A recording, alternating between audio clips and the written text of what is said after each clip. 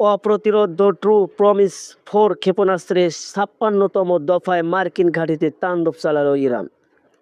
ইরানের Islamic revolutionary guard corps IRGC operation true promise 4 এর ৫৬তম দফায় নতুন করে বড় ধরনের সামরিক অভিযান শুরুর ঘোষণা দিয়েছে। আইআরজিসির দাবি, এই দফায় ইসরায়েলের কৌশলগত সামরিক অবকাঠামো, রাফায়েল ক্ষেপণাস্ত্র মজুদ কেন্দ্র এবং কাতারে অবস্থিত যুক্তরাষ্ট্রের গুরুত্বপূর্ণ আল উদেইদ বিমান ঘাঁটি লক্ষ্য করে সুনির্দিষ্ট হামলা চালানো হয়েছে। আইআরজিসির এক বিবৃতিতে বলা হয়, এই অভিযান উৎসর্গ করা হয়েছে নিহত ইরানি সামরিক নেতা শহীদ কাসেম সোলেইমানি এবং দেশের সুরক্ষায় আত্মোৎসর্গকারী যোদ্ধাদের স্মরণে।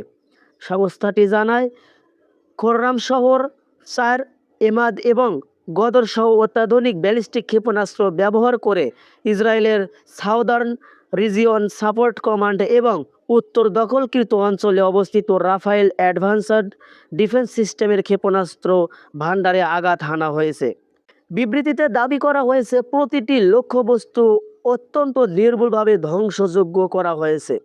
এদিকে আঞ্চলিক উত্তেজনা আরও বাড়িয়ে আইআরজিসি তাদের ড্রোন ইউনিট ব্যবহার করে ইরবিলে অবস্থানরত কুর্দি বিচ্ছিন্নতাবাদী গোষ্ঠীগুলোর ঘাঁটিতেও হামলা চালিয়েছে বলে জানানো হয়েছে।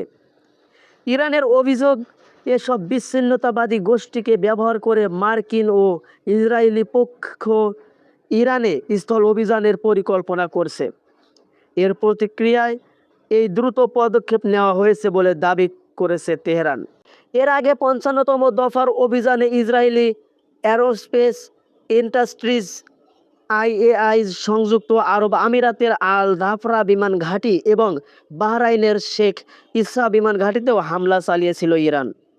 খাতাম আল আম্বিয়া কেন্দ্রীয় সদর দপ্তর থেকে জানানো হয়েছে, সাম্প্রতিক এই আক্রমণগুলোর ফলে মার্কিন বিমান ঘাঁটিগুলোর ৮০%-এরও বেশি রাডার এবং গুরুত্বপূর্ণ স্থাপনা অকেজো হয়ে পড়েছে।